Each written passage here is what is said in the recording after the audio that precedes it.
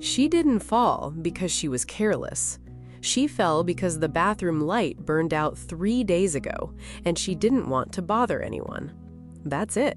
That's the whole story. But here's the thing nobody tells you. The most dangerous places in an elderly person's home aren't the obvious ones. And by the end of this video, you'll know exactly where they are. You'll also understand something about the aging body that completely changed the way I think about all of this. Something researchers discovered that most people, even most doctors, never bring up in conversation. Stick with me, because this one matters. Think about the last time you visited someone older, a parent, a grandparent, maybe a neighbor down the street. Did you notice how familiar their house felt? The same furniture in the same places it's been for 30 years, the same rug by the front door, the same step down into the kitchen that everyone just knows about. You know about it, so you step over it without thinking. But familiarity is a kind of blindness. We stop seeing what we're used to. And for an older person living alone, that invisibility isn't just inconvenient, it can be the difference between a regular Tuesday and a trip to the emergency room. Falls are the leading cause of injury-related death among adults over 65. You've probably heard that statistic before, but statistics don't tell the story. They flatten it. They turn something deeply human into a number, and we nod and we move on. Here's what the story actually looks like. It's 2 a.m. Margaret gets up for a glass of water. She's done it 1,000 times. She knows this house like she knows her own hands. She reaches for the wall switch, but her fingers find air. The lamp is across the room now. Her daughter moved it last Christmas to make space for the tree, and nobody moved it back. 3 steps in the dark, 1 loose floor mat, and then everything changes. The terrifying part isn't the fall itself, it's how preventable it was. A study published in the Journal of the American Geriatric Society found that over 50% of falls in the home happen during completely routine activities, getting up at night, walking to the kitchen, stepping out of the shower.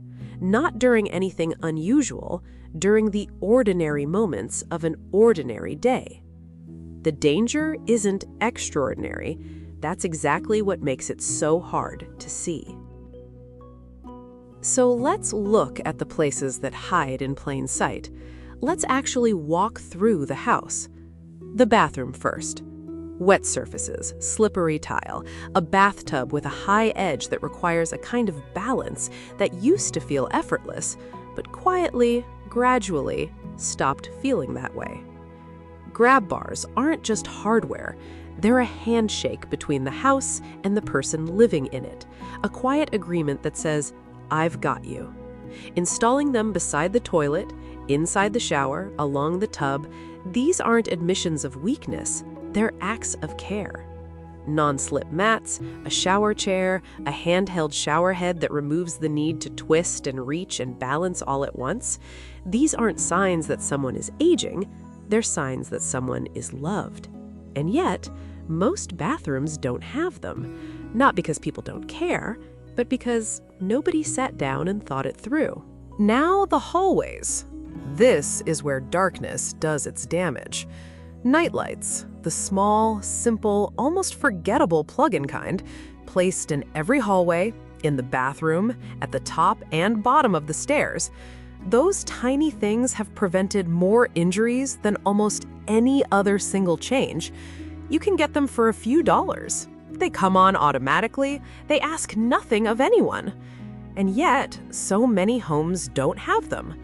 Stairways need handrails on both sides. Not one side, both sides. Because a person's dominant hand doesn't always get to choose which direction gravity pulls. And because on the way back up, the weaker side needs something to hold on to too. Now, the floors. Loose rugs are responsible for more falls than almost any other single household object.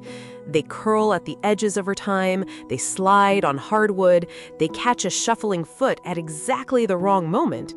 You can remove them entirely, or secure them with non-slip pads and double-sided tape. Either option is better than leaving them as they are. And then there's the clutter, not just the mess in the usual sense. Think about the extra chair placed slightly into the walkway, the extension cord that runs across the path to the kitchen, the stack of magazines beside the couch. Every single object between the bedroom and the bathroom is a potential obstacle, and obstacles matter far more when the body's ability to respond to them has slowed. Clear the path, not because the person is incapable, but because you want them to be free. Now, here's what I promised you at the beginning. Researchers at the University of Michigan discovered something striking about how older adults perceive their own physical stability. Most people over 70 significantly overestimate their balance, not because of arrogance, but because the nervous system's feedback loop genuinely slows down with age. The brain doesn't receive the same warning signals it would in a younger body. So the person walks confidently into a situation that their body is no longer fully equipped to handle. They're not being reckless. They genuinely can't feel what's happening. Read that again, because it changes everything about how we have these conversations. When an older parent resists the idea of grab bars or insists the rugs are fine or waves off the suggestion of better lighting, they're not being stubborn. They're operating on feedback that their nervous system is giving them, and that feedback has become unreliable. So the pushback isn't personal, it isn't stubbornness, it's neurology. That understanding should make us gentler and more proactive, because we're not asking someone to admit weakness, we're compensating for something the body used to do automatically and quietly no longer can. There's one more thing, and this one surprised me.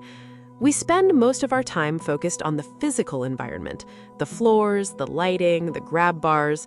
All of that matters deeply, but there's a psychological dimension to home safety that almost nobody discusses. Research published in The Gerontologist found that elderly people who felt confident and safe in their home environment were significantly more likely to stay physically active, maintain their social connections, and report higher overall well-being. They went out more, they called people more, they engaged with life more.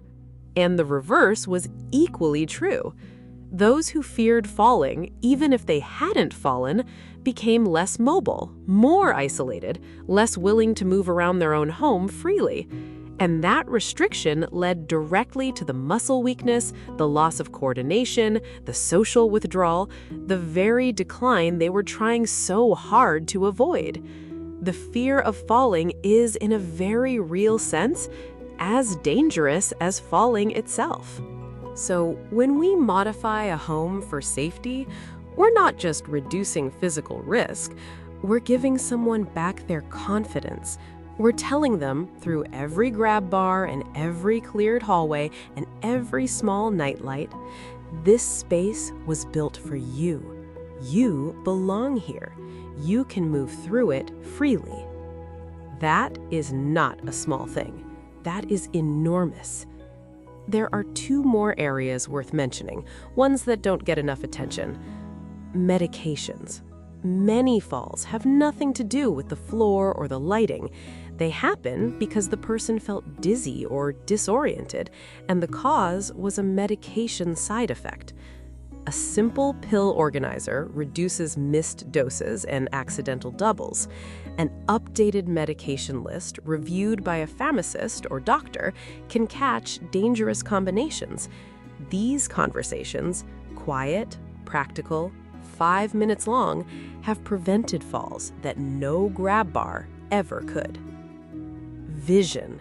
The eyes are the first component of the balance system. When they aren't working well, the whole body compensates, and compensation is exhausting, imprecise work. an updated glasses prescription, an annual check for cataracts or glaucoma. These aren't luxuries, they're safety infrastructure. We make homes safer for the people we love, not because we believe they're fragile. We do it because we understand something quiet and important. That independence isn't just about being able to do things, it's about feeling safe enough to try.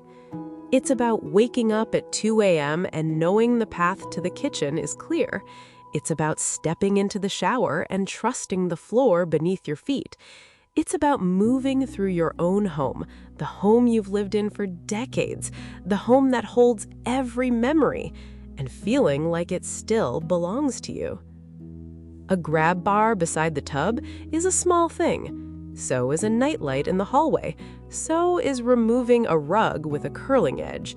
So is a conversation with a pharmacist about a medication that makes the world tilt sideways in the dark. Small things, but they add up to something large. They add up to another year at home, another morning with coffee by the window, another holiday with the family gathered around the table, another ordinary Tuesday that doesn't become anything else. Here's the short version of everything we covered, the actions that matter most. Install grab bars beside the toilet, in the shower, and along the bathtub. Add non-slip mats wherever water and tile meet. Place nightlights in every hallway and at the top and bottom of every staircase. Remove loose rugs or secure them flat with non-slip pads.